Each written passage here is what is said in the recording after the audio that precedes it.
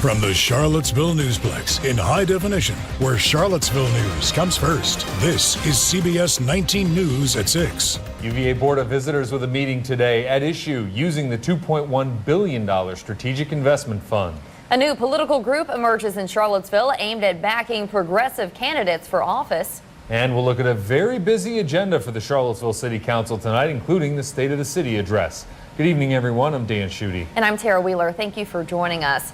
The UVA Board of Visitors met this afternoon to discuss improving access and affordability to the school using money from the Strategic Investment Fund. That $2.1 billion fund created a year ago to fund research, but students protested that it should be used to lower tuition. CBS 19's Courtney Stewart is at the meeting. She joins us now live with more. Courtney? Hey, Tara and Dan. So back in December, the board approved millions of dollars from the fund to go towards the Bicentennial Scholars Fund. And at today's meeting, they went even further. They voted to approve $13.5 million in additional grants for in-state students over the next 3 years.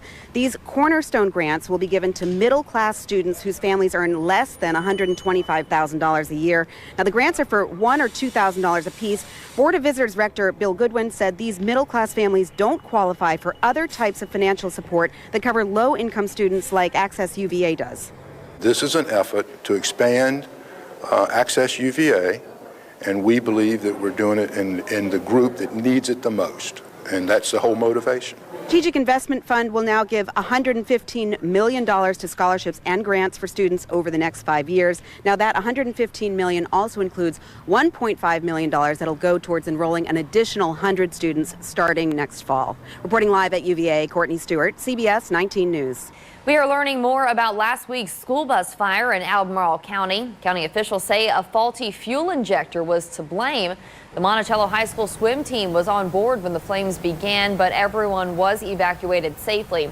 We'll hear more from county transportation officials tomorrow on CBS 19 News at 5.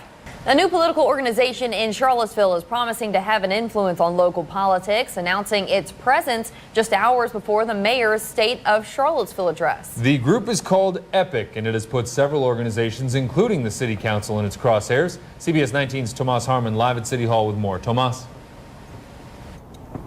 Well, Dan and Tara, EPIC stands for Equity and Progress in Charlottesville, formed in part by the late Vice Mayor Holly Edwards. EPIC has taken a lot of issue with what's going on behind me in City Hall over the last year. Now they're promising to do something about it. One frustration voiced by EPIC today was a story we brought you first right here on CBS 19 about affordable housing. I spoke to our former mayor about it. He says that he thinks Charlottesville is sliding in its goal of making more housing in the city affordable. He says he wants to see EPIC get someone elected who'll do something about that. Now, right now, EPIC has not endorsed any candidates for office. They also are not currently supporting any of our current politicians. Reporting live in Charlottesville, Tomas Harmon, CBS 19 News. A woman from our area joining nearly 100 people outside the U.S. Supreme Court in Washington, D.C., protesting the use of the death penalty. Our CBS 19 Washington correspondent Kelly Meyer caught up with her after the rally on why she wanted to be a part of it. Kelly? Today marks 40 years since the first execution after the U.S. Supreme Court upheld death penalty laws. Carissa Phillips tells me she hopes in her lifetime the penalty will end.